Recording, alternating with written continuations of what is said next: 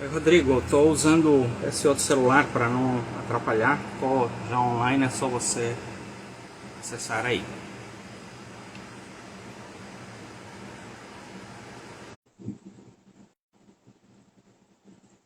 Estamos aguardando aqui o nosso convidado. Opa, como vai, doutor Rodrigo? Boa noite, meu Como amigo. Como vai? estão as coisas por aí? Nós estamos bem, graças a Deus. Estamos tranquilos. Primeiramente, uma boa noite a você e a todos os nossos amigos que irão participar conosco aqui nessa noite. Noite de muito conhecimento. Agradeço primeiramente a Deus e, em segundo lugar, agradeço imensamente ao colega pela oportunidade. Precisamos nos Imagino, rever pessoalmente. precisamos nos rever, é verdade.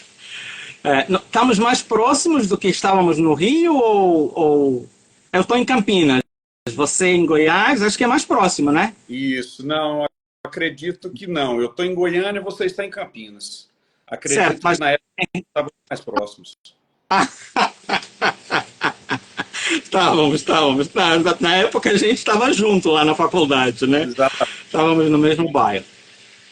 Muito bem. Então, doutor Rodrigo, quero agradecer por ter aceito o nosso convite, por ter é, nos dado essa oportunidade de nos revermos e também podermos dividir um pouco de conhecimento, um pouco de experiências e de vivências com as pessoas que nos seguem, né? As pessoas que seguem a você e as pessoas que seguem a mim também.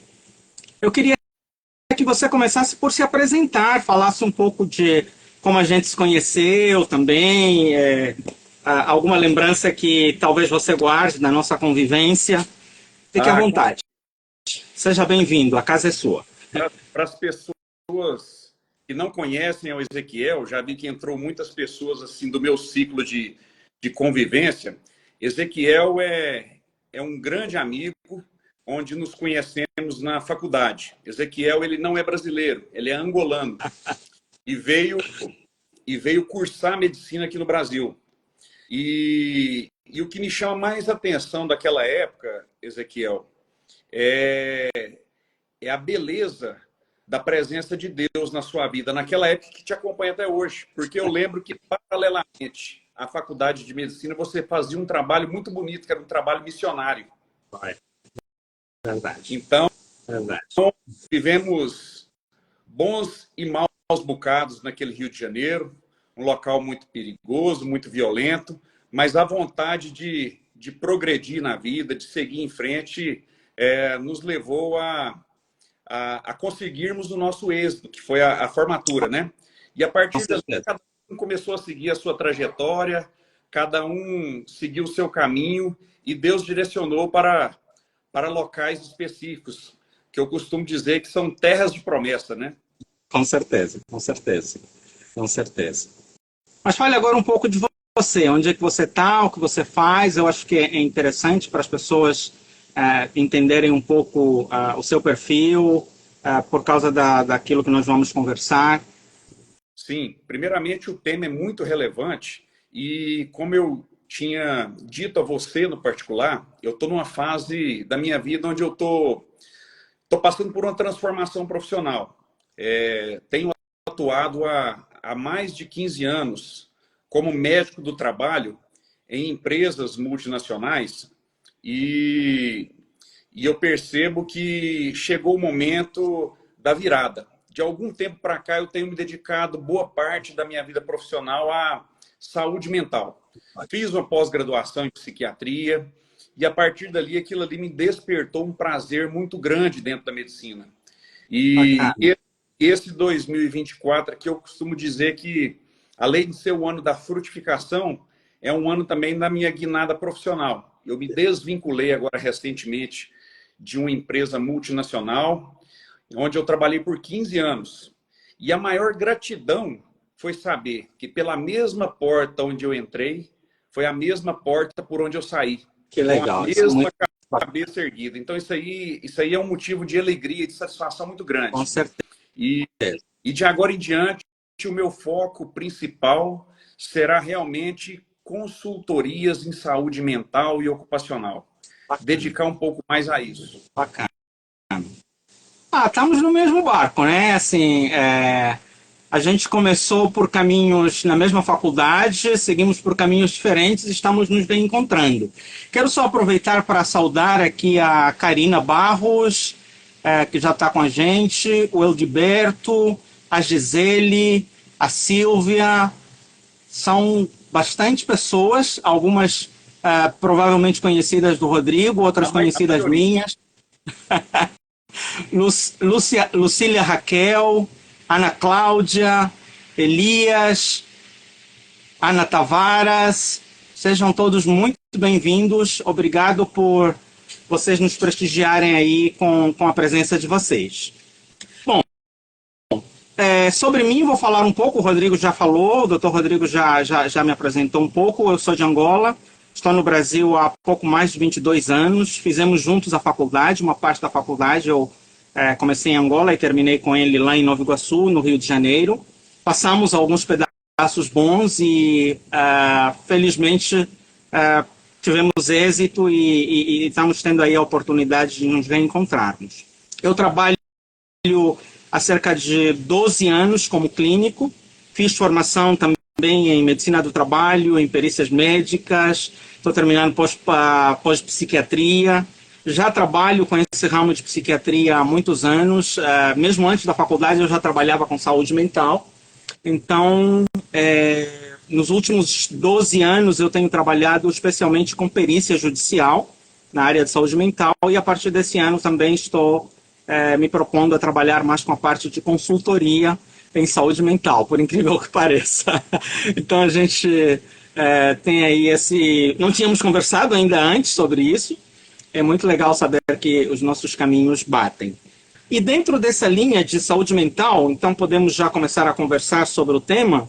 Não sei se o Dr. Rodrigo gostaria de falar mais algo antes de a gente começar a abordar o tema especificamente do burnout.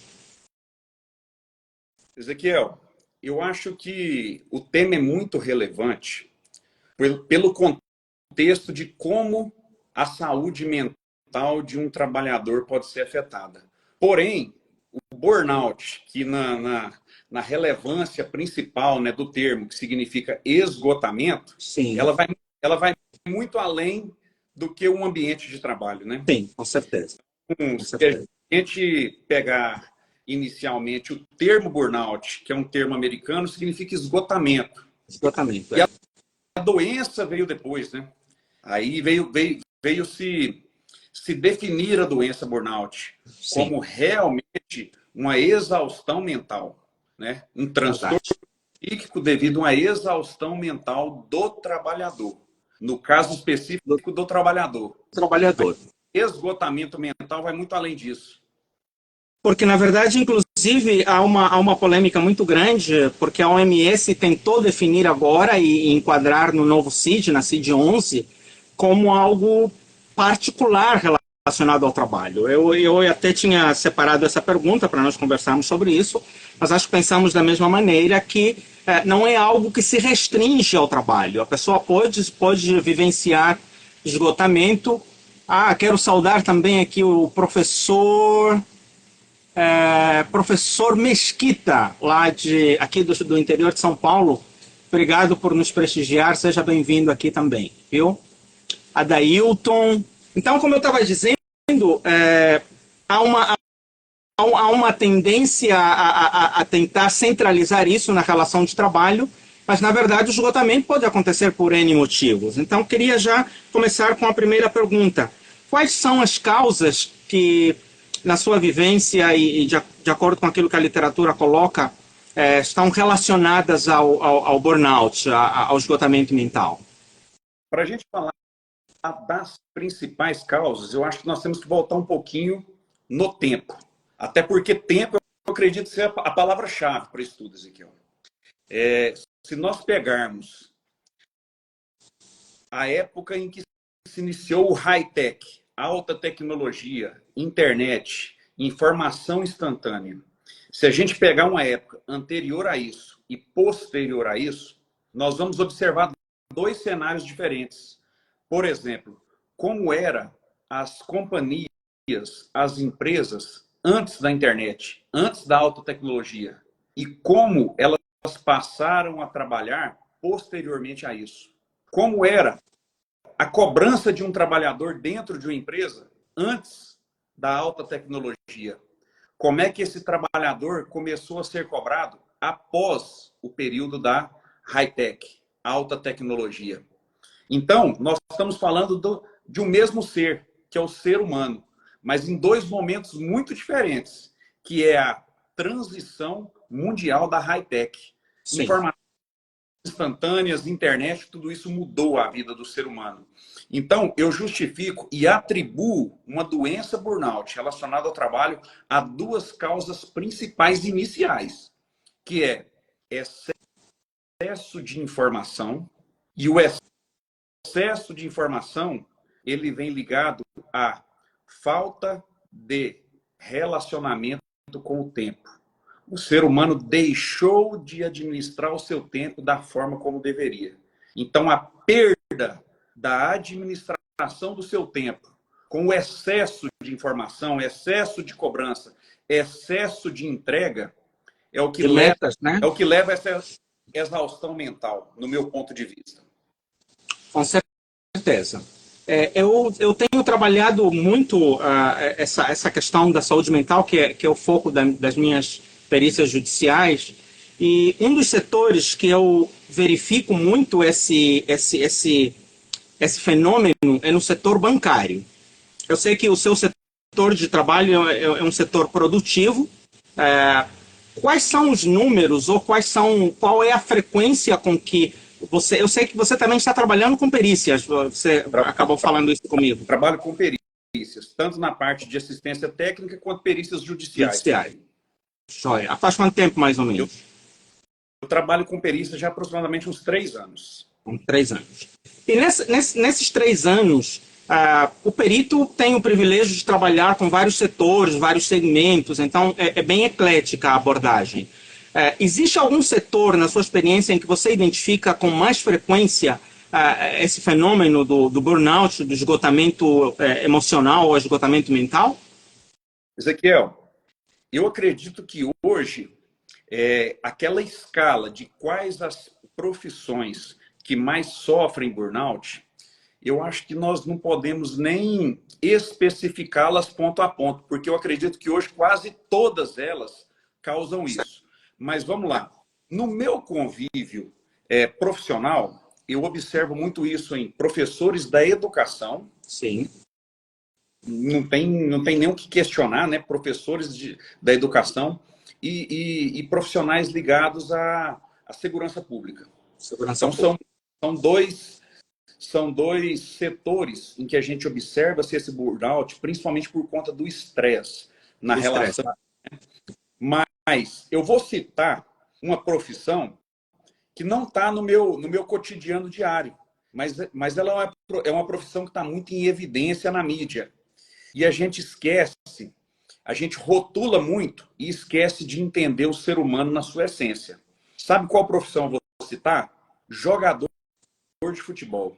Se pegarmos um jogador de futebol que assina um contrato milionário, ou seja, milhões de torcedores de um determinado time criando expectativa sobre ele, e de repente o desempenho dele não é aquele esperado para justificar altos salários e tudo mais, a mídia, a população em geral, aponta o dedo para esse ser humano, que é um único ser humano. Sabe qual que é a frase que dizem? Mas ele não pode ser assim, ele ganha muito para isso. Pois é. Jamais devemos desprezar a essência do que é o ser humano, o que ele está passando, por que ele não está performando.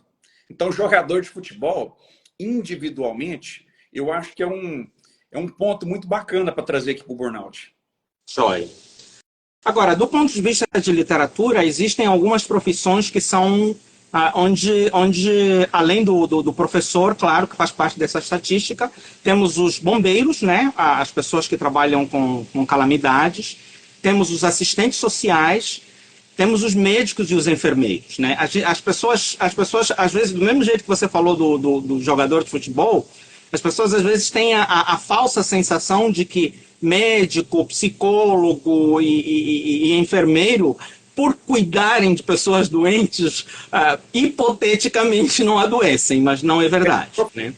Então, as estatísticas mostram que são grupos de pessoas que, por lidarem com uma pressão muito grande e por lidarem principalmente com emoções, né? O psicólogo, o médico, o enfermeiro, são profissionais muito expostos a isso, porque quando você vai lidar com um paciente, você, além de ter a pressão dos seus chefes, que todos os outros profissionais têm, você está exposto a carregar as emoções da pessoa que você está atendendo.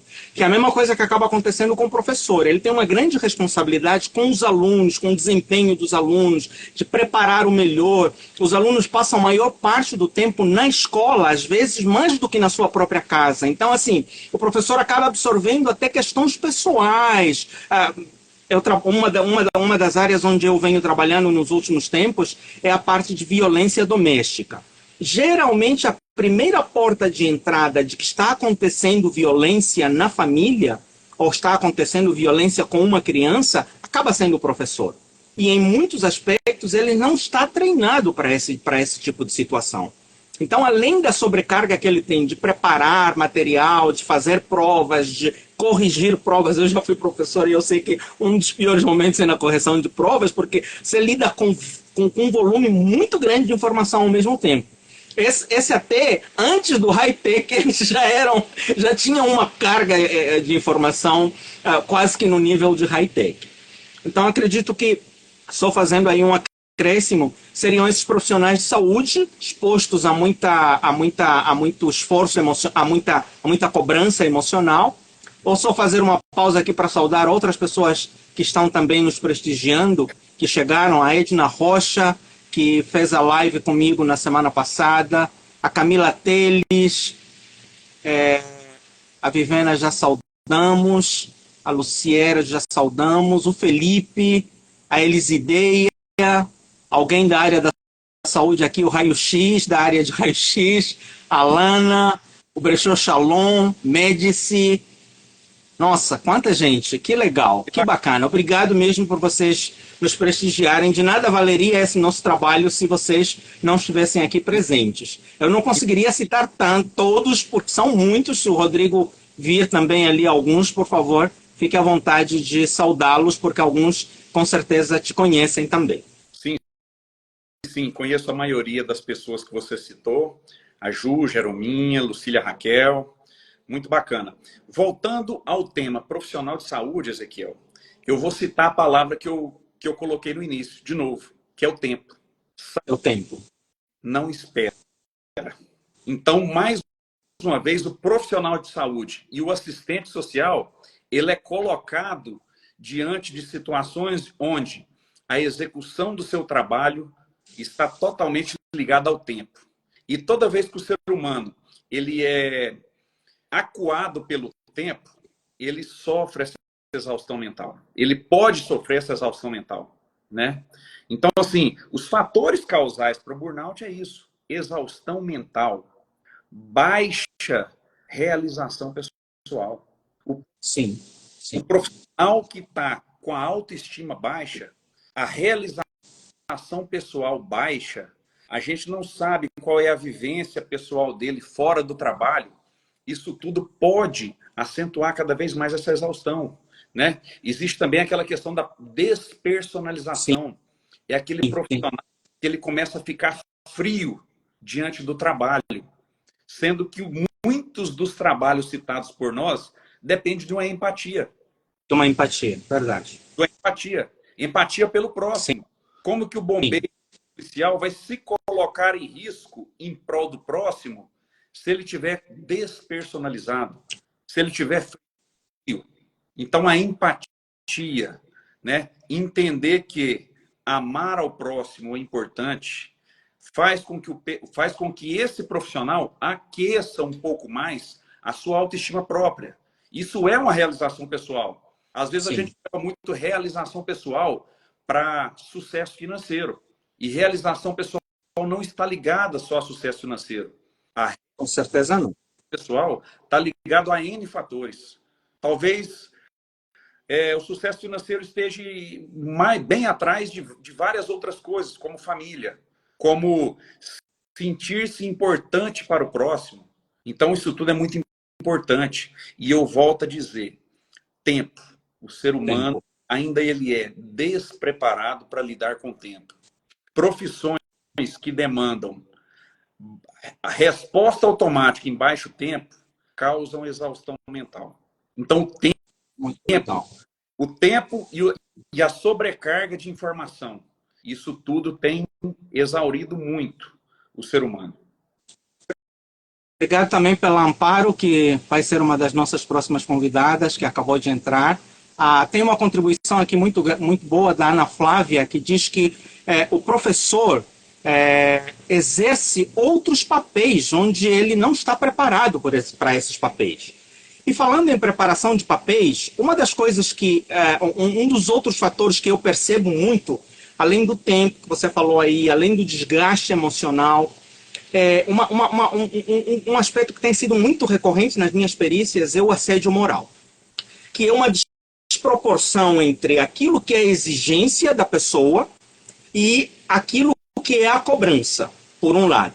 Por outro lado, é uma desproporção daquilo que é a vontade, que é a parte volitiva da pessoa, e aquilo que é a imposição de alguém que se utiliza da sua posição, do seu posto, ou da sua patente, se for no meio militar, para espezinhar a outra pessoa, né? Então, assim, para colocar metas superiores, para cobrar além daquilo que a pessoa realmente foi contratada para executar. E às vezes até para constranger. Algumas pessoas usam até para se vingar de questões de relacionamentos pessoais. Então, assim, esse é um outro fator que não sei se tem frequentado também a sua experiência, principalmente pericial. A questão do assédio moral, a questão do assédio moral, que hoje até as estatísticas dizem que ele não está só no sentido vertical, está também no sentido horizontal, nas próprias relações que permeiam. Como tem sido essa vivência da sua parte? Não, com certeza, Miguel. Assédio moral é algo muito importante. Só dando um pequeno break aí, eu quero cumprimentar um grande amigo nosso, contemporâneo da época de faculdade, que apareceu aí agora, que é o Dr. Marcos Araripe, psiquiatra do Acre. Que legal! É o vulgo Mezena. Seja bem-vindo, Dr. Marcos Arari. Muito obrigado por nos prestigiar aí. Nosso colega que está em qual estado mesmo, Dr. Rodrigo? Rio Branco, no Acre. No Acre. Que legal, que legal. Marcos Araripe, muito obrigado por nos prestigiar aqui e suas contribuições também serão bem-vindas. Um passarinho me cantou que somos da mesma área. Ezequiel, voltando a falarmos sobre o assédio, hoje não existe nenhuma grande companhia que não possui canais de comunicação na questão de ética, na questão de denúncia. A maioria das empresas, das grandes empresas hoje, possuem um canal de comunicação através de telefonia, através de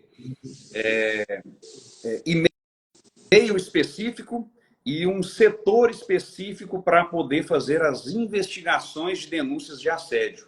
E isso é bem explícito, tanto nas integrações para quem adentra qualquer espaço de uma grande empresa, quanto nos diálogos de segurança semanais que essas empresas praticam. Então, assédio é algo levado muito a sério dentro das grandes companhias. Você falou bem, grandes companhias. Mas se a gente for olhar para o cenário, para o tecido empresarial brasileiro, as estatísticas dizem que mais de 60% ou 70% dos empregadores são pequenas e médias empresas, onde, infelizmente, isso não é tão levado a sério. Algumas empresas são familiares, algumas empresas são de amigos. Temos ainda um grande setor que também é uma não sei se eu vou dizer que é uma fábrica, mas tem uma frequência muito grande de assédio moral, que é o setor público, onde, graças a Deus, tem havido uma modernização cada vez maior. Então, na minha experiência, as minhas perícias são muito frequentadas por pequenas e médias empresas, tem também grandes empresas que têm todo esse mérito e nós parabenizamos por serem um exemplo, um espelho nesse sentido de criar canais de denúncia de assédio, de, como você falou, desde a época da integração, do onboarding, já existe um trabalho de preparar as pessoas, mas infelizmente na prática nem sempre esses canais são usados de forma adequada, especialmente naquilo que eu conheço, o setor financeiro, onde existe um jogo, uma barganha muito grande, porque envolve dinheiro, envolve status, envolve essa parte de compliance, não é tão... especialmente nos relacionamentos, não existem ainda ferramentas tão muito bem estabelecidas. Tirando o Itaú, que eu conheço, que tem um programa muito bom nisso, os outros bancos, não sei até que ponto já avançaram bastante nisso. O setor trabalha muito com cumprimento de metas, né? Sim, sim. Cumprimento de metas é algo que acaba deixando muito o funcionário à flor da pele. Então, a relação interpessoal de um chefe com um subordinado, isso acaba levando a ações um pouco indelicadas. Falta de empatia, ou seja, falta até de educação em determinados momentos, né? Isso gera um transtorno muito grande na relação interpessoal de um determinado setor bancário. E também nas pequenas e médias empresas, pelo fato de que, como são empresas feitas, às vezes, no improviso, quero saudar aqui o doutor Pedro Corpo e Mente, acredito que seja também da nossa área. Seu irmão? Que bacana! Então, estamos em casa. Ele é médico ou é de uma outra área? Médico. Médico também. Uau! Então, vão ser duas potências aí trabalhando nessa área. Muito legal. Evandro Divino também acabou de entrar. Seja bem-vindo. Muito obrigado por nos prestigiar aqui. Então, como eu ia dizendo, as empresas pequenas e média e de médio porte são empresas, às vezes, feitas no improviso, que não tem um processo de fiscalização, não tem uma estrutura, uma infraestrutura tão bem estabelecida do ponto de vista administrativo como as grandes empresas. Fazendo uma pesquisa rápida aqui, eu soube que no final do ano retrasado, a quantidade de pessoas que buscavam alguma informação sobre saúde mental variava entre 13% e 36%. No final do ano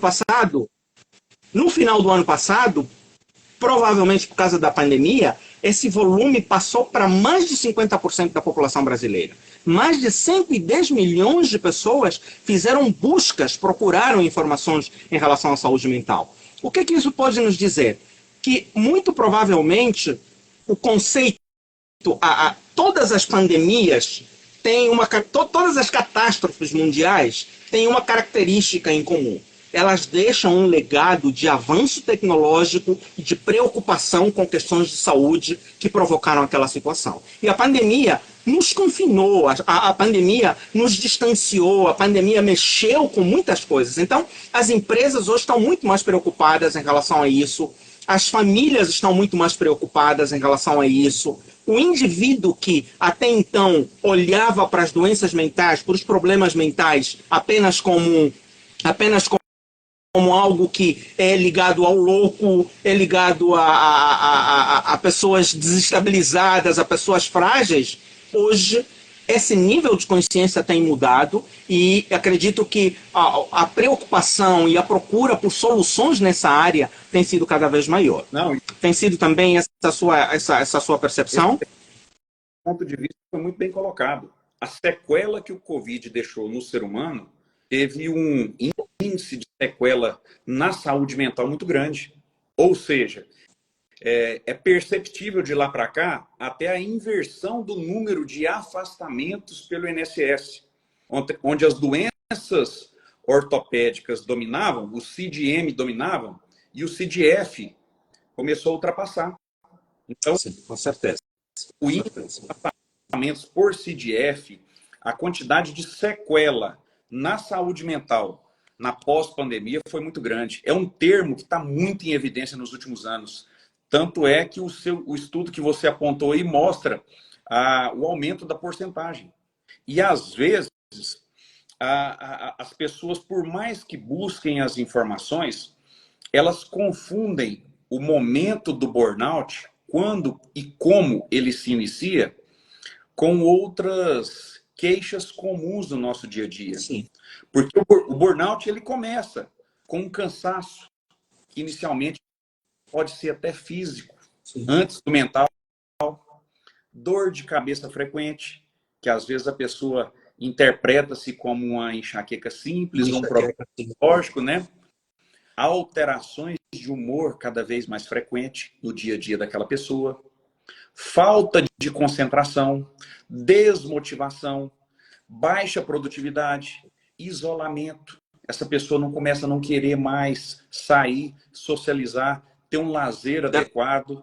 Então, Contato assim, com as outras pessoas da família. Então, assim, no dia a dia, vai aparecendo cada vez mais queixas clínicas, que quando a gente coloca tudo dentro de uma sacola e amarra, o burnout está entregue.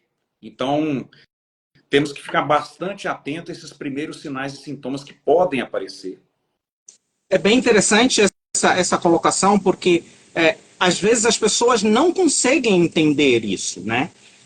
Não conseguem perceber, até porque não é uma doença estatisticamente, não era, pelo menos até há pouco tempo, uma doença estatisticamente tão frequente e não tinha o devido destaque dentro do CID, tanto é que ele nem existia com esse nome, ele está entrando agora. Nós emprestávamos esse nome dos Estados Unidos, dos livros americanos. Nós tínhamos apenas no nosso CID o próprio esgotamento, que ficava lá um pouco espalhado entre mais do que um CID. Hoje ele ganhou um destaque especial, provavelmente por essas questões que você colocou, que são as questões tecnológicas. Então, acredito que é muito importante enfatizar essa questão. Como perceber logo no primeiro momento que a pessoa está dando sinais de burnout? Eu sei que você falou de forma esparsa e tal, mas se puder voltar a essa questão, eu acho que vai ser muito interessante para sedimentar esses dados que provavelmente algumas pessoas estão anotando, apesar de que isso vai ficar gravado e tal, mas é legal que as pessoas vão gravando isso na mente e quando acontecer vão poder, puxa, já ouvi falar sobre isso e tal, vou prestar um pouco mais de atenção. Eu acho que nós temos que separar isso em duas vertentes. A primeira vertente é como que isso está acontecendo em relação à manifestação física, clínica. Certo. Insônia, dor de cabeça, alteração de humor, imunidade baixa, resfriados mais comuns, né? Então, isso são sintomas físicos. E a outra vertente muito importante é saber como que as pessoas que convivem conosco ao nosso redor, por exemplo, as pessoas do nosso convívio familiar e pessoal, começam a perceber um distanciamento ou alterações de humor frequente. Pessoas ligadas ao meu setor de trabalho começam a perceber minha baixa produtividade, baixa entrega, início de atrasos nas entregas e erros. Então, nesses três pontos principais, manifestações físicas, como que as pessoas que estão no nosso ambiente familiar e pessoal passam a nos enxergar, perceber isso, e a nossa entrega no trabalho. Então, são três pontos que o ser humano tem que observar antes de ligar a luz e pensar assim, opa, eu estou caminhando para o burnout. Mas aí, a gente para e analisa. Ah, mas burnout, então, é coisa simples, a gente resolve isso facilmente? Não. Estatisticamente, burnout está entre as principais causas que levam à descida de degraus. O que eu costumo dizer que são a descida de degraus?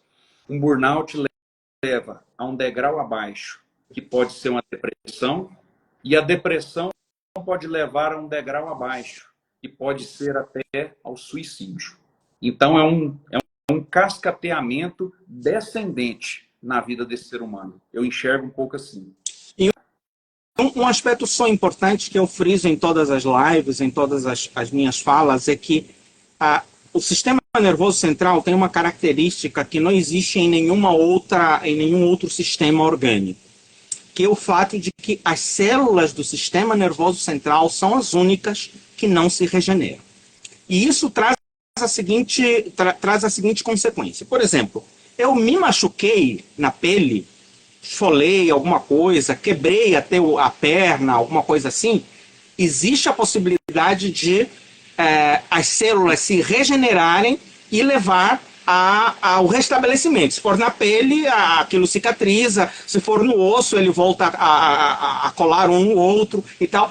O sistema nervoso central não tem essa característica. Então é muito importante detectar as doenças com antecedência, porque cada vez quanto mais demora, mais difícil se torna o tratamento, porque ele já perdeu o arsenal bélico para combater aquele problema. A segunda questão é que quando a situação acontece pela segunda vez, normalmente tende a ser pior, porque já está no degrau inferior. Se ele antes tinha 1 bilhão de células para combater, agora tem 200 mil a menos, porque as outras morreram.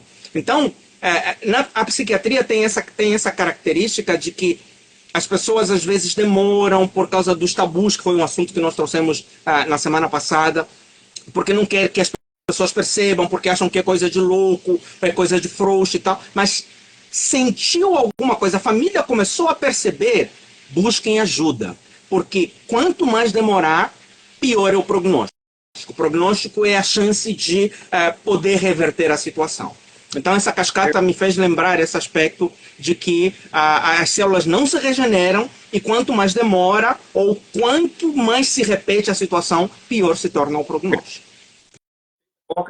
Fisiologicamente falando, além dessa não regeneração da célula primordial, que é o neurônio do sistema nervoso central, dentro do burnout, dentro de uma crise de ansiedade, dentro de uma depressão, as partes fisiológicas do organismo do ser humano, eles estão borbulhando de inflamação. Sim. É um cascateamento de hormônios inflamatórios acontecendo em todos os locais. Sim. Então, foi muito bem colocado isso. O tempo. Quanto antes eu procuro ajuda, melhor a minha recuperação e menor a minha perda de massa neurológica que eu tenho. Isso é importantíssimo. Bem colocado, muito bem colocado. Joia. Eu queria fazer outras duas perguntas. A primeira qual é a relevância de conversar sobre burnout no contexto do trabalho?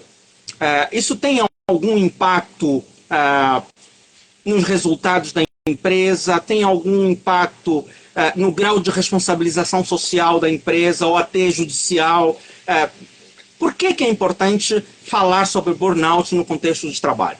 Na sua Primeiro que opinião. É muito importante falar sobre isso no contexto de trabalho, por muitas coisas que nós até já dissemos aqui hoje na live.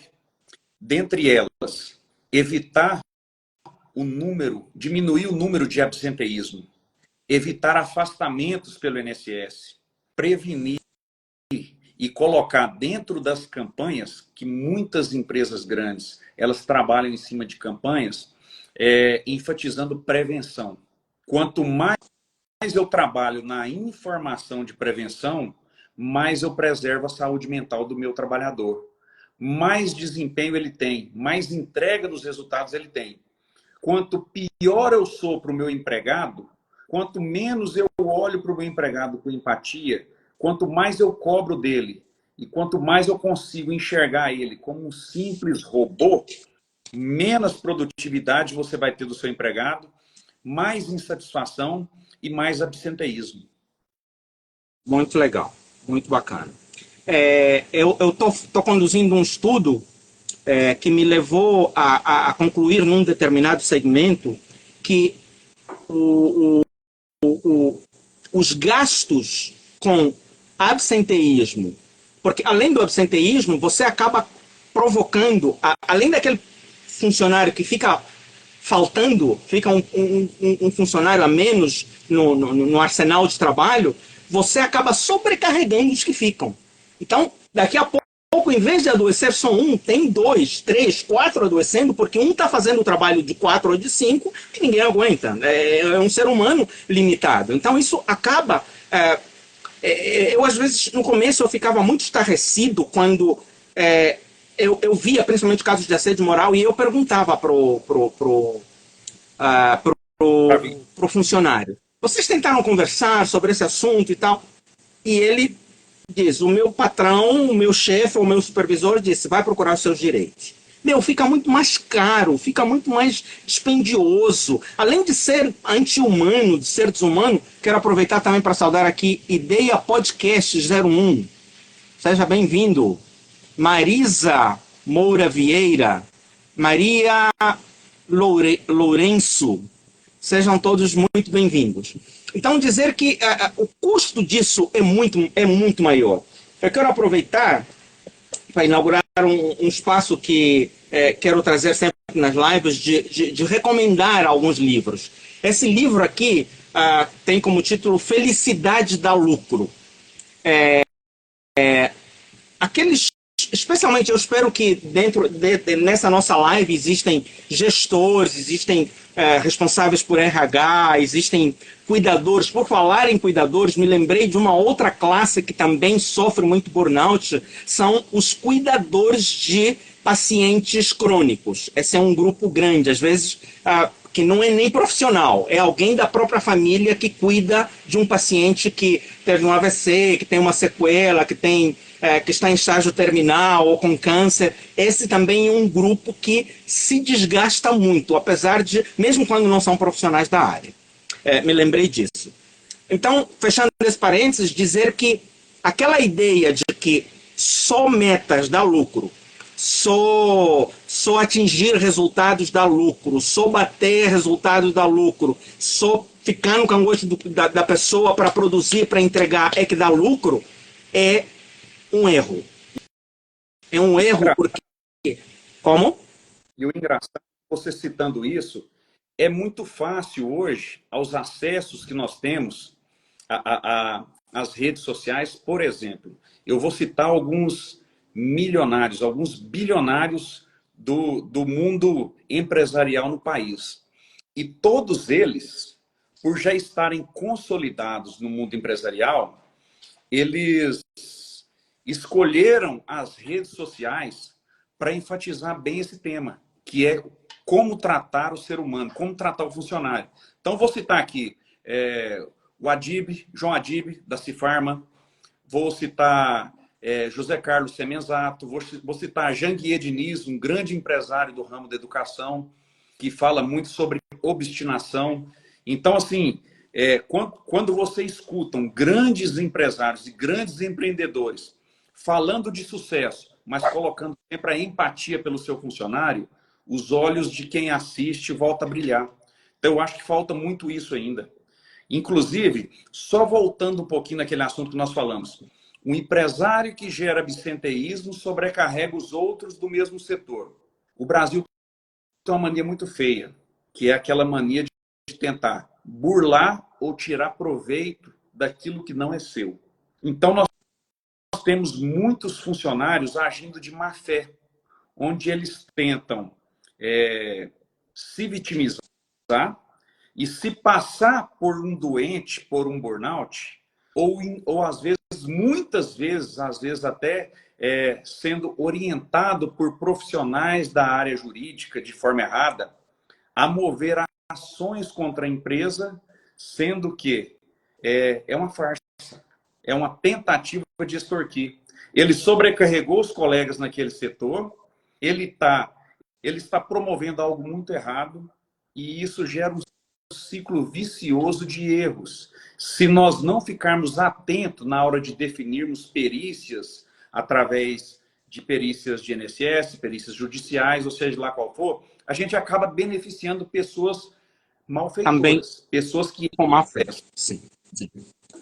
Existe uma visão de que todo empresário é um aproveitador ou é um sugador de trabalho dos outros. Mas se você for olhar alguns desses que você citou, e eu acrescentaria aí o Carlos Wizard, acrescentaria o Flávio Augusto, acrescentaria... São pessoas que você conhece a trajetória deles. Silvio Santos, são pessoas que você sabe de onde eles vieram e eles estão hoje numa posição, mas já estiveram na posição de um funcionário comum. Né? Então, assim, é, é importante também desmistificar essa ideia de que todo empresário é explorador. Sim. E que todo funcionário é um bonzinho. Não é totalmente verdade. E aqueles que se fazem passar por pessoas que nós chamamos de simuladoras ou que falseiam resultados e situações, acabam prejudicando os bons funcionários. Acabam gerando precedentes para que quem de fato deveria se beneficiar de um cuidado especial, de uma atenção especial, acaba sendo... Eu estava lendo uma reportagem há pouco tempo de alguém que chegou com overdose no hospital e acabou, os profissionais acabaram achando que ele estava fingindo e ele acabou morrendo. Então isso acontece muito também, que muitos funcionários bons acabam pagando pelos funcionários maus. Então essa visão de empatia precisa acontecer não só no sentido vertical, de cima para baixo, mas também no sentido horizontal e no sentido de baixo para cima. Então é importante olhar também para os superiores como pessoas que têm as suas fragilidades e que têm as suas razões para agirem de uma determinada maneira. Tá certo? Então, é importante que o peso não seja colocado só nos superiores, mas também sobre quem é súdito. Pode falar. A teoria, né? Então, o que temos que fazer é personalizar cada caso e entender os dois lados da moeda antes de julgar. Acredito que é a forma mais correta. Só quebrando um pouco aí a nossa fala, eu queria fazer uns agradecimentos para quem eu vi aparecer ali. Doutora Aline Angelotti, Karina Barros, Maurício Rejane, Lucília Raquel, Dr. Renato Campos, grande abraço, Ana Flávia Eloy, Patrícia Santos, Eliane Buri, um grande abraço para todos e muito obrigado por compartilhar. Quero mandar também um abraço especial para o Diguinho064, que é meu filho, que se forma esse ano. Que legal, que bacana. Vai se formar em que área? Ele está tendendo para o lado da pediatria. Que legal. Que bacana, que bacana. Nossa, família de médicos, né? Não, médico não falta aí, não vai faltar.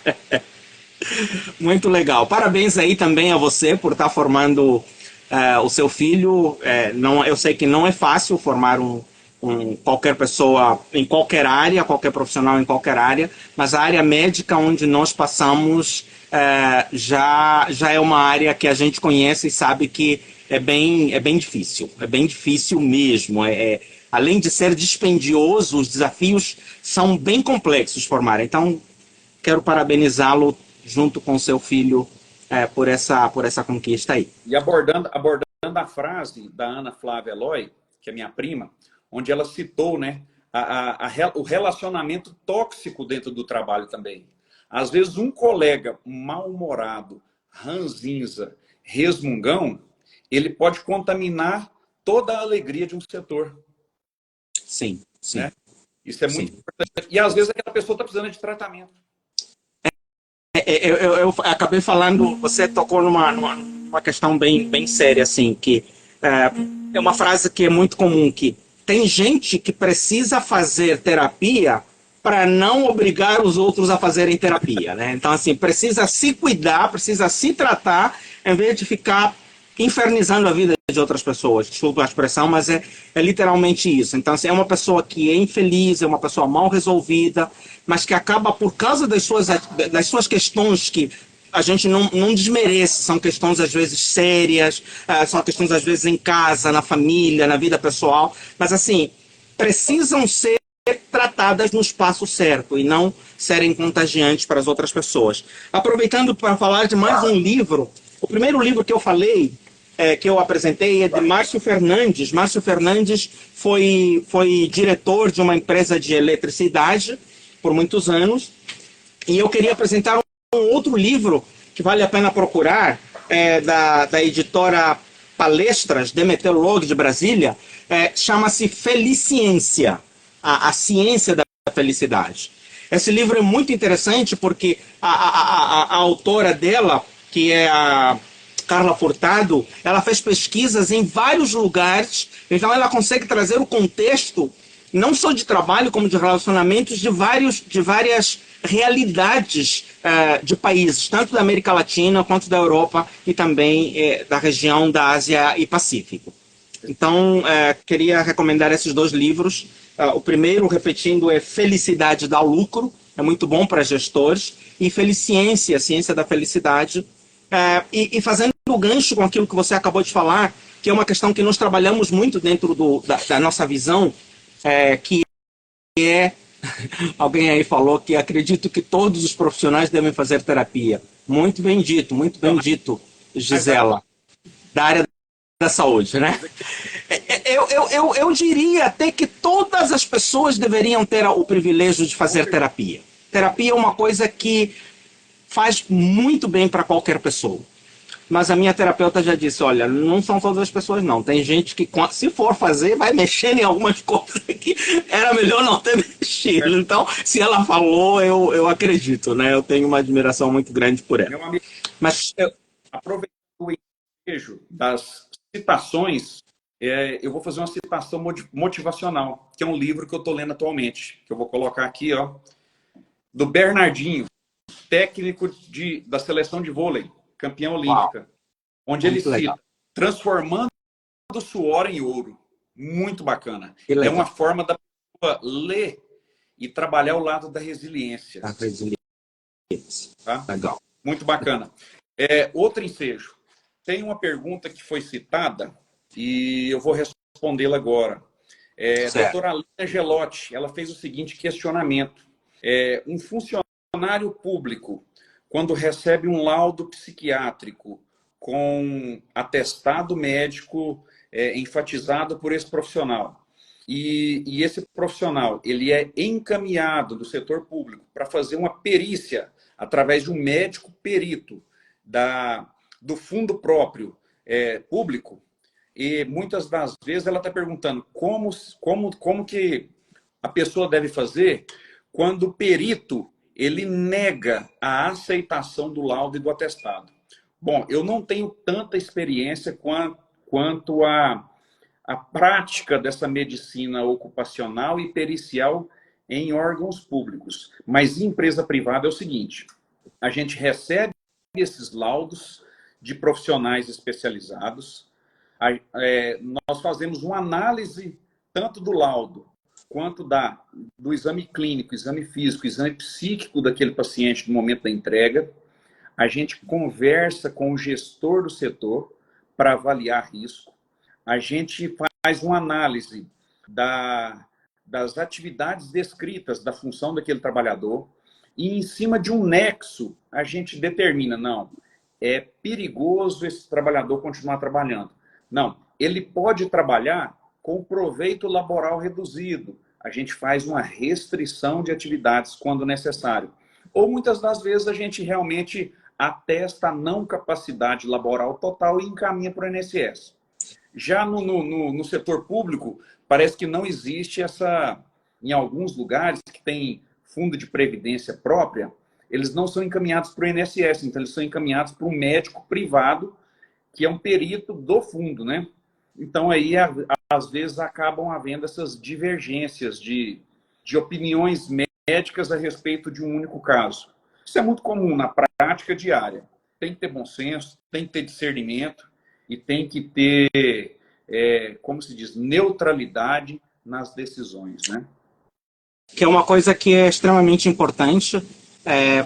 E aí, frisar, só pegando o gancho do que você disse antes, a visão do profissional enquanto cidadão. Eu acredito que se nós tivéssemos todos a consciência de que somos cidadãos e precisamos contribuir para uma sociedade cada vez melhor, algumas coisas seriam bem facilitadas. Então, só para fechar aquela ideia de que eu não devo simular nem enganar. Quando eu tentar fazer isso para benefício próprio, eu estou prejudicando toda uma sociedade.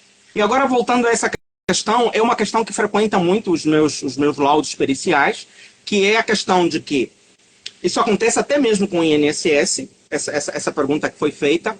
Antes disso, só para eu não me esquecer, agradecer aqui a contribuição da Amparo Fontanelli, que diz que pessoas tóxicas deveriam entender que precisam fazer terapia para facilitar a vida dos outros.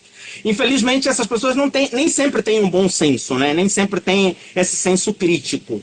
E por isso é que, acredito que essa seja também a visão do Dr. Rodrigo, nós investimos muito hoje em psicoeducação, que é o fato das pessoas terem acesso a informações que não teriam se não participassem do momento como esse. Porque uma consulta médica é muito rápida.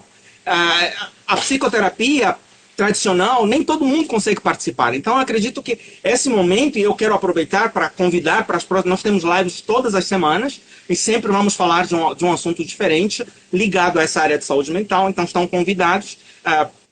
Para quem se inscreveu, vai receber no e-mail ou no seu WhatsApp a agenda. Então, se você não se inscreveu, aproveite e se inscreve naquele link que está ali embaixo, para que você possa receber notificações quando vão ser abordados esses assuntos no futuro.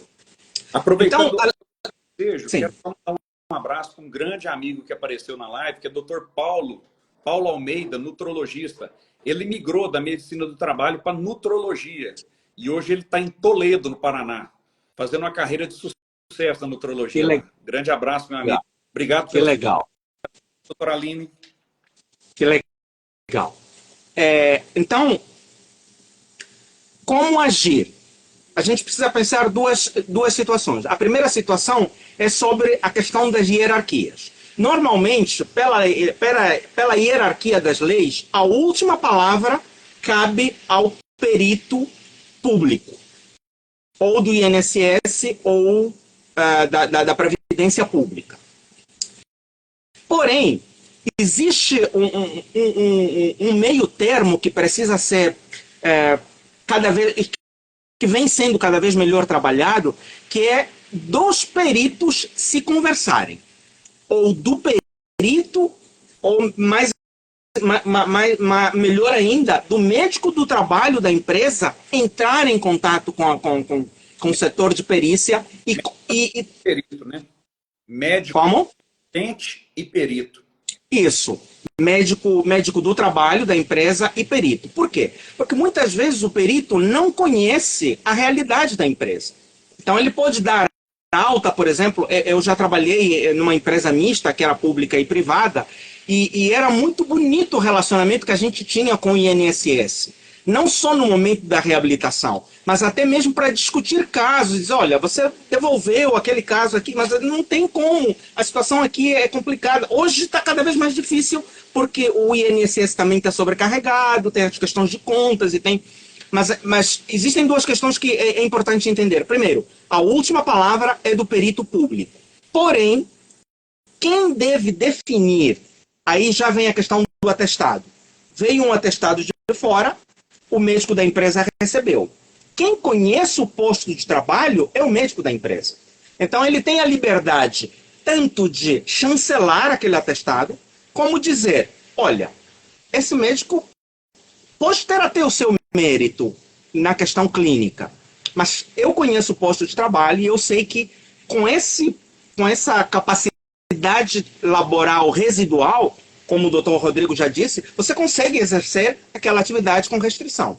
Ou então, esse atestado, por exemplo, existe muito caso de paciente que traz atestado de diversos lugares. Pega um pouco aqui, pega um pouco ali. O médico vai olhar para aquilo e tem que ter um senso crítico também, de comparar, de cruzar esses dados e essas informações.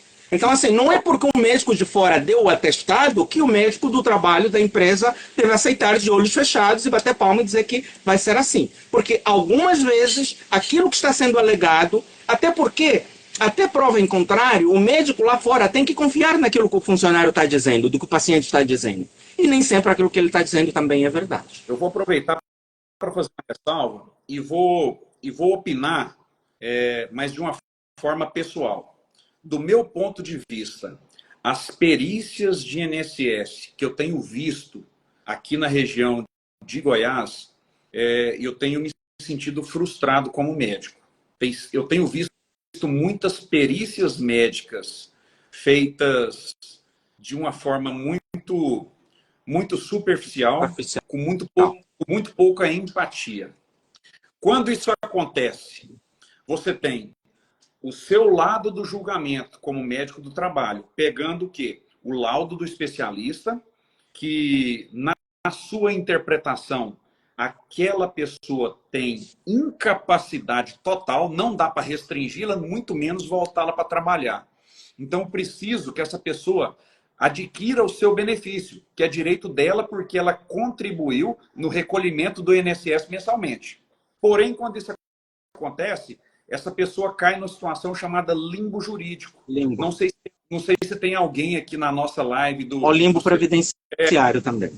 Mas o limbo nada mais é do que aquele funcionário que não recebe da empresa e nem recebe do órgão que ele deveria receber, por exemplo, o INSS. Aí essa pessoa acaba ficando sem dinheiro. Nessa situação, o limbo jurídico ele afirma em que uma situação complicada como essa, a empregadora deve arcar com o salário mensal daquele funcionário. Existem algumas empresas com uma responsabilidade social muito boa que acabam tendo essa postura. Mas com a reforma que houve agora em 2017, 2018, a reforma trabalhista, infelizmente muitos desses direitos foram sucateados. E as empresas não se sentem na obrigação de fazer isso. Mas, felizmente, existem algumas empresas que são louváveis, que, nesse contexto do limbo previdenciário, elas acabam amparando. É mais uma questão humanitária, é mais uma questão de responsabilidade social que depende da iniciativa da própria empresa. E foi legal o colega Rodrigo levantar essa questão, porque nós falamos aqui da questão de metas, né?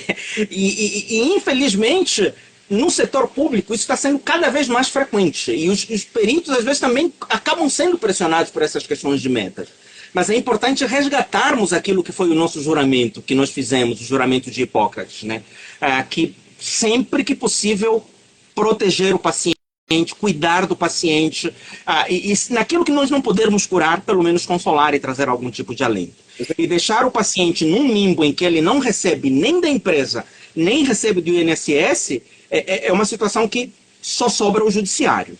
E o judiciário a gente sabe que é demorado, não é rápido, e infelizmente essas pessoas acabam pagando um preço muito alto. E quando negado isso para um servidor público, ele pode recorrer através de um advogado, né, contra o órgão público, ou mesmo através da solicitação de um médico assistente técnico, imparcial, para dar um parecer ali, até que seja julgado o caso, respondendo a doutora.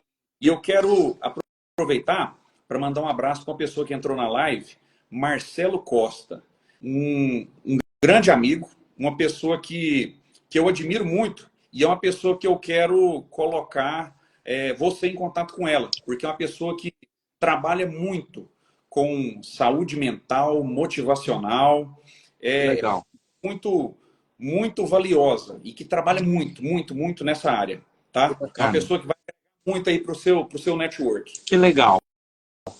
Eu te agradeço por isso. Esse é um dos objetivos dessas lives também, que as aves da mesma plumagem passem a voar juntas, né? Aqueles que têm os mesmos propósitos, os mesmos objetivos, que é contribuir para uma saúde cada vez melhor, possam estar no mesmo barco para os mesmos objetivos. Aproveitando também para saudar a Beth Moreira, lá do Canadá. Ela vai ser uma das pessoas que vai também ser nossa convidada numa das próximas lives e tem nos prestigiado. Somos muito gratos aí pela sua amizade, pelo seu cuidado, pelas suas abordagens, que são extremamente admiráveis, bastante humanas. Seja bem-vinda à nossa live e obrigado por nos prestigiar. Bom, a minha proposta... Sim, pode falar. Agora, Como? Acadêmica de medicina, 12º período. Quero mandar um abraço para o Marlos Gerles. É um gestor de saúde pública, um grande amigo, professor Marcos Ribeiro, E espero ter respondido, tirado alguma das suas dúvidas, doutora Aline. Joia. Bom, a nossa proposta é fazer uma live que seja gostosa, seja agradável, mas que fique sempre o gostinho de quero mais. Que não seja algo desgastante, algo entediante, e que fique... boa noite, Beth. Obrigado por... Eu não sei que horas são ali no Canadá, acho que a gente tem uma diferença de 4 horas por aí. Não sei se é para frente ou para trás, mas obrigado pela sua presença aí. Então, vamos caminhar já para o final. A nossa live, a proposta é de ser de 1 hora, no máximo 1 hora e meia. E eu queria fazer as últimas perguntas relacionadas à questão de quais são as perspectivas que existem hoje, na sua visão, positivas ou talvez reticentes, relacionados ao manejo e à prevenção do burnout pelos próximos anos aí. Nós estamos vivendo aí a questão da inteligência artificial, estamos vivendo a questão da internet das coisas, tem os seus prós, tem os seus contras. Como você enxerga essas tecnologias podem trazer algum tipo de benefício? Não só tecnologia do ponto de vista palpável, mas também tecnologia social, esse rearranjo social. Nós hoje ouvimos falar muito de ESG, né, de sustentabilidade.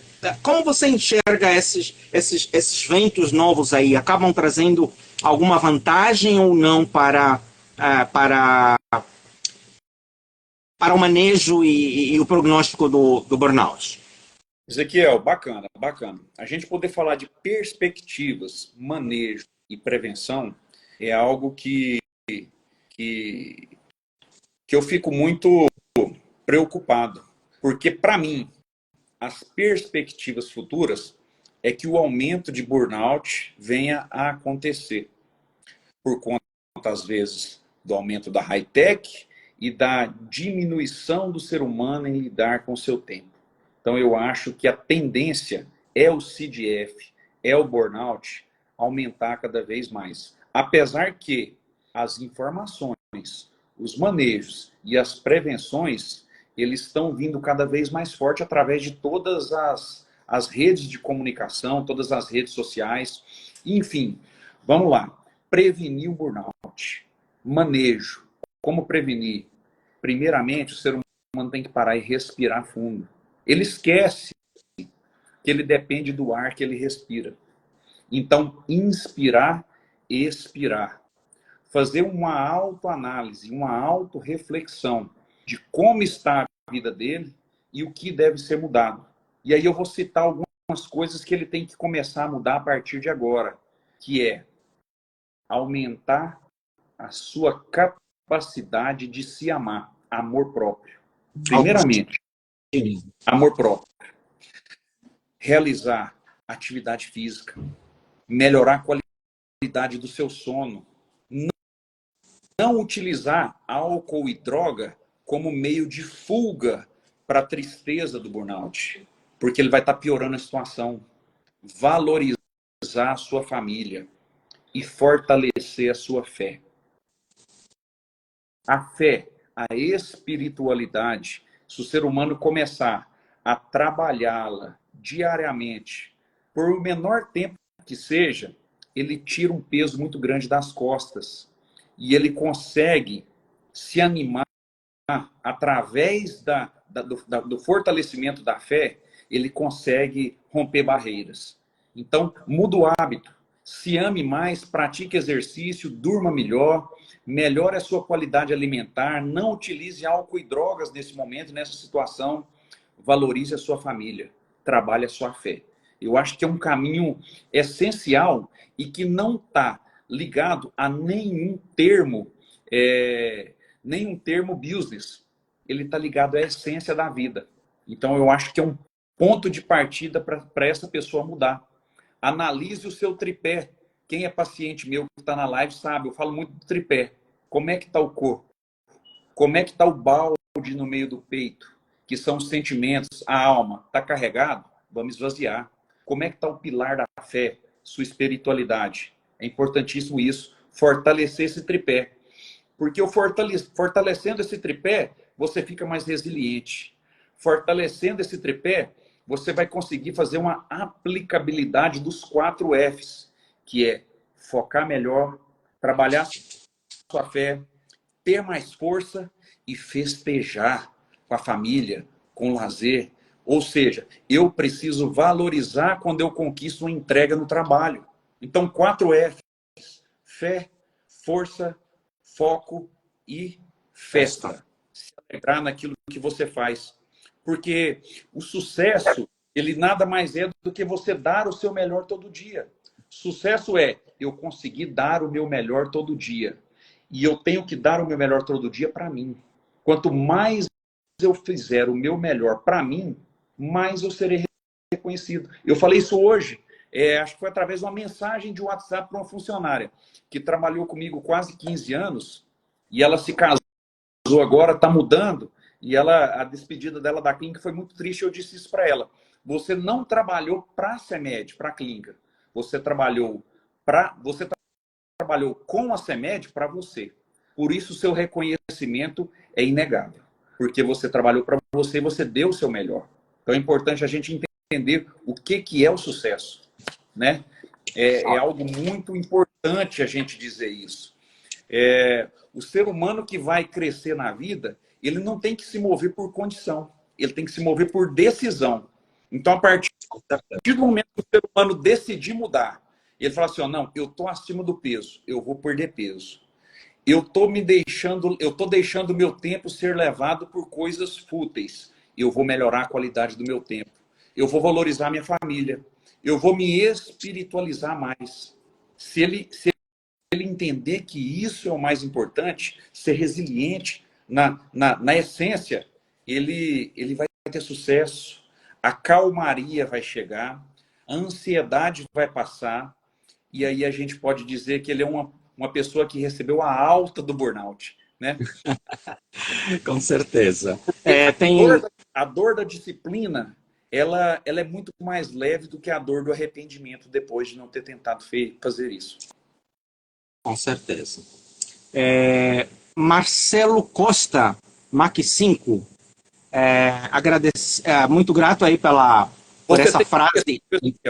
A partir do momento que você conheceu o Marcelo Costa, da Mac 5, você vai ter o prazer de aprender muito e você vai convidá-lo para uma live. Eu tenho certeza disso. Bacana. Eu vou fazer essa ponte. Pode fazer a ponte que já vai entrar para a lista. Eu estou fechando a minha agenda de lives até o final do ano, então ainda tem bastante espaço aí. Mas eu gostei muito da palavra que ele usou: inteligência espiritual. Muito bacana, muito bem colocado. Só para acrescentar um pouco ali, à medida que o Dr. Rodrigo ia falando, eu me lembrei de 2 casos emblemáticos que já atendi até hoje com burnout. Um era uma pessoa com várias pós-graduações, uma formação espetacular, e colocaram ele para trabalhar, ele é da área de TI, colocaram ele para trabalhar num banheiro durante anos. Os servidores foram colocados, adaptados num banheiro, sem ventilação, sem nada de cuidados básicos de sanidade. E esse rapaz foi sofrendo, que ele terminou com uma gagueira, com um soluço que não acabava. Assim, e uma pergunta que eu me fiz foi: como é que uma pessoa com esse grau de formação consegue submeter a esse tipo de situação por tantos anos até chegar a esse ponto? Então, esse foi um extremo. Outro extremo, extremamente, desculpa aí o pleonasmo, extremamente admirável, era uma menina negra ou preta, se eu não tiver dificuldade em chamar dessa maneira, pobre e acima do peso, ou gorda, se quiser usar esse. E só tinha 8ª série. Mas o grau de resolução que essa mulher tinha era impressionante. Ela era mulher, trabalhava num supermercado, os homens, além de a tratarem mulher, a gente sabe que infelizmente a nossa sociedade ainda é machista e trata dessa maneira, como pessoa de segunda categoria, sendo negra e sendo gorda, pior ainda. Eles faziam as suas necessidades no espaço onde ela trabalhava, ela tinha que limpar, não sei o que. Mas uma coisa que essa menina fez que eu não vi nesse homem e não vejo em muitos casos. Boletim de ocorrência, acionar o canal de ombudsman, de compliance ou de denúncia de assédio, escrever as coisas que estavam acontecendo e brigar pelos seus direitos. E para você chegar a esse ponto, você precisa de duas coisas. A primeira de todas é a informação. Precisa saber quem você é e quais são os seus direitos. Eu quero aproveitar aqui para indicar para vocês o Azamplay. Azamplay é um programa que nós criamos aqui dentro dos bastidores do nosso consultório. Você encontra lá na minha bio, você tem vários links, e um dos links é do Azamplay, que trabalha muito essa questão de informação e prevenção. Eu chamo ele de a Netflix da saúde mental. Nós estamos em fase de lançamento, então está num preço bem camarada, mas ele trabalha algumas coisas. Primeiro, conhecer as doenças, e segundo, conhecer-se a si mesmo. Dentro dele ele tem um livro que eu escrevi, que é Como Superar a Baixa Autoestima, também o link está lá na bio, que trabalha essa questão de você se valorizar. Porque se você não valoriza você, se você não se coloca em primeiro lugar, não espere que alguém vá fazer isso por você. Amor próprio, você falou. Então, se conhecer, autoconhecimento e se amar, e ter informação. A informação é a única coisa que ninguém consegue nos tirar. Ninguém consegue nos roubar. Mesmo quando a gente morre, a gente carrega ela, não fica para ninguém. A roupa fica, a herança fica, tudo. Mas o conhecimento que a gente tem acaba ficando com a gente. Então, assim, enquanto profissional, muna-se disso. Primeiro, se ame, e segundo, procure informações que vão permitir com que você tenha repertório, recursos para se proteger, porque, infelizmente, o mundo tem gente boa e tem gente ruim. Apesar que eu acho que informação é algo que tem cada vez mais chegado a todos. Agora, um detalhe. Amor próprio é importante? Mas talvez a principal barreira para essas pessoas quebrarem o silêncio seja o medo de interpretar como serão julgadas. E o ser humano não tem que pensar nisso. O funcionário de uma empresa não tem que pensar nisso. Sabe o que ele tem que pensar? Que quando ele perder por se calar, ele está perdendo para ele mesmo. Isso é a pior frustração do ser humano, perder para ele próprio. Com certeza. Então, com certeza. Sabe por quê? Porque às vezes ele está preocupado com o que os outros acham dele. E ele esquece que o que ele está querendo dos outros, talvez é a mesma coisa que os outros estão querendo dele. Talvez esse time de interpretar isso, peraí, eu não tenho que pensar muito a quem está ao meu redor. Porque às vezes eu estou pensando muito do A, do B e do C, as atitudes deles, e talvez o que eles estão esperando de mim é a mesma coisa. Então, o que eu não posso... E às vezes até... Pode continuar. O que eu não posso é perder para mim mesmo por conta do silêncio. Porque o ser humano cresce de dentro para fora. E um ser humano que consegue entender isso e consegue exteriorizar a sua inteligência e a sua capacidade, ele muda o setor, ele muda a empresa muda a cidade muda o estado muda o país. Muda o país. Basta o pontapé. Tudo é de dentro para fora. De dentro para fora. E começa pequeno. Normalmente a gente vive numa sociedade em que coloca, ainda mais agora com essa questão das redes sociais, que como alguém começou aí, acho que é a Lucília, está trazendo informação, mas infelizmente nem sempre é de qualidade, porque existe diferença entre informação e conhecimento, né? Conhecimento é algo já elaborado, algo trabalhado, algo muito bacana. Então, assim, é importante você usar essas informações que você tem como instrumentos de conhecer primeiro a você e depois para as pessoas que estão do lado de fora. Não esperar que a solução venha de cima, dos andares. Muito legal assim a nossa sintonia, Rodrigo. Eu também penso assim, que a célula de tudo é a família, é o indivíduo, depois a família, depois a comunidade, depois o país. Se nós temos um país com os problemas que tem, é porque muitas coisas não foram muito bem trabalhadas no nível do indivíduo, no nível da família e no nível da comunidade. E eu costumo dizer que a gente só dá aquilo que tem e aquilo que a gente recebeu. Então, assim, se a gente do... Pode falar. De dentro para fora. Muito bem. Muito bem. Bom, eu acredito que nós conversamos bastante, são agora 9h20. Estamos chegando ao final da nossa live. Minha amiga Janaína está aí do lado, servindo água. Muito legal. Eu te fiz essa pergunta e você não me respondeu. Marisa, para o Edilson. Um beijo especial para minha mãe que está na live. Ah, que bacana. Você trouxe todo mundo aí, né? Que legal, ter a família honrando o seu trabalho, ter a família valorizando, muito bacana, muito bacana. Obrigado aí. Como chama a sua mãe? Ana Vera. Como?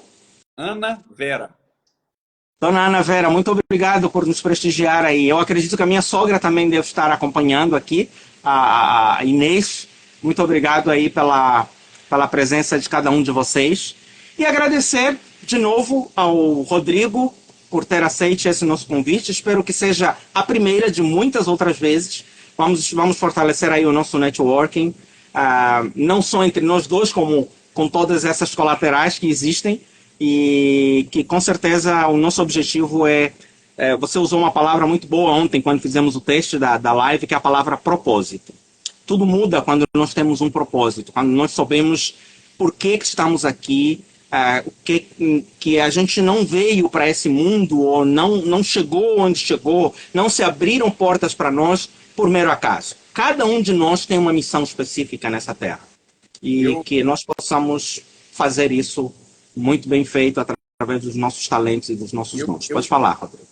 Essa palavra até dentro de um contexto de uma frase no meu cartão de apresentação, que é cumprindo propósitos. Que legal. Isso para mim faz... E eu sei que muitas pessoas que entraram aqui na live, que acompanharam com a gente, veio em busca de informações.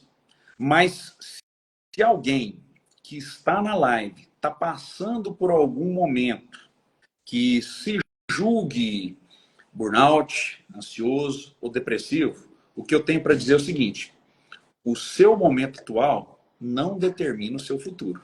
O que vai determinar o seu futuro são as suas ações. Então, reflita um pouco sobre as mudanças que devem acontecer, que a tendência é você progredir. Legal. Aprender com as dificuldades, com os problemas. Eu gosto muito de uma frase que diz que as dificuldades preparam homens, preparam pessoas para desafios cada vez maiores. Então, assim, se você está passando por algum momento como esse, busque ajuda profissional. Tanto o Dr. Rodrigo quanto eu nos colocamos à disposição para sermos úteis a você. Tem outras pessoas aqui na nossa live que são terapeutas, que são médicos. Busque ajuda, se precisar de orientação, de indicação, nós estamos aqui à disposição. Hoje a tecnologia nos dá esse privilégio. Mande uma mensagem em inbox, uma mensagem no DM, que se tiver ao nosso alcance, nós vamos poder te ajudar. Se não tiver, no mínimo, vamos poder te encaminhar para quem possa te ajudar, para quem possa estar próximo de você. Só não sofra calado e nem, como o Dr. Rodrigo falou, não imagine que essa situação que você está vivendo hoje tem a última palavra sobre você. Não é. Quem tem a última palavra sobre você é você, são as suas escolhas, são as suas opções e aquilo que você determinar como soluções. Tá certo? Eu sei que tem gente que está chegando agora, muito obrigado, mas a gente precisa terminar para enfrentar os outros desafios no dia de amanhã. Um abraço a todos e esperamos vocês nas próximas lives. Estão convidados. que toda sexta-feira, nesse horário, aqui no meu perfil, nós fazemos essa live. E, independente de onde você estiver, o Dr. Rodrigo também tem os seus programas. Eu até gostaria de aproveitar esse último momento para você falar um pouco. Você não falou do seu programa, dos seus programas, das suas atividades. Eu acredito que essa é uma boa oportunidade para falar sobre elas, que as pessoas saibam, conheçam. O meu cachorrinho está aqui, fazendo companhia. O Leon. Leon, fica quietinho aqui. Ezequiel, primeiramente, mais uma vez, saiba que você está nas minhas orações. Muito obrigado. Que Deus continue capacitando para o ato de servir. Eu sei que você faz isso com muita excelência, tá? Obrigado. O seu sucesso vai muito por conta da sua espiritualidade. Um imenso abraço em você, em toda a família. E digo a todos que estão aqui na live que o ensejo, o momento é muito importante, porque na minha carreira profissional, eu estou partindo para um projeto que é um projeto de virar a chave. É passar para a área de consultoria em saúde mental, ocupacional e focar extremamente nos meus pacientes, no meu consultório, seja presencialmente, seja através de consultas online. Em breve, eu vou estar soltando várias informações a respeito desse novo time que nós criamos, dessa nova mentalidade que nós estaremos trazendo para todos e divulgaremos nas nossas redes sociais. Como se diz atualmente, haverá sinais. Que legal. Que bacana. Muito obrigado mais uma vez pela honra de se fazer presente, aceitar o nosso convite. Desejo muito sucesso para essa nova fase que você está começando e retribua você as palavras que você me disse em off. Naquilo que precisar, conte comigo. Seremos sempre amigos, seremos sempre irmãos e aquilo que pudermos somar forças e parceria, estamos aí para somar e trazer alento que a nossa sociedade, o nosso público precisa. Um grande abraço. Podemos dizer que lá no Rio de Janeiro, lá atrás, lá em Nova Iguaçu, nós comemos o pão que o diabo amassou. Mas Deus pegou esse pão e quebrou toda e qualquer maldição. Com certeza, com certeza. E transformou em um novo tempo, uma nova realidade. E aquilo que nós aprendemos e vivenciamos, acredito que nos torna muito mais sensíveis e muito mais humanos para entender aquilo que as outras pessoas estão passando, porque nós passamos uma parte disso também. Mais resiliência. Grande abraço. Grande abraço. Mais resiliência, sim. Um abraço. Tchau, tchau. Tchau, tchau.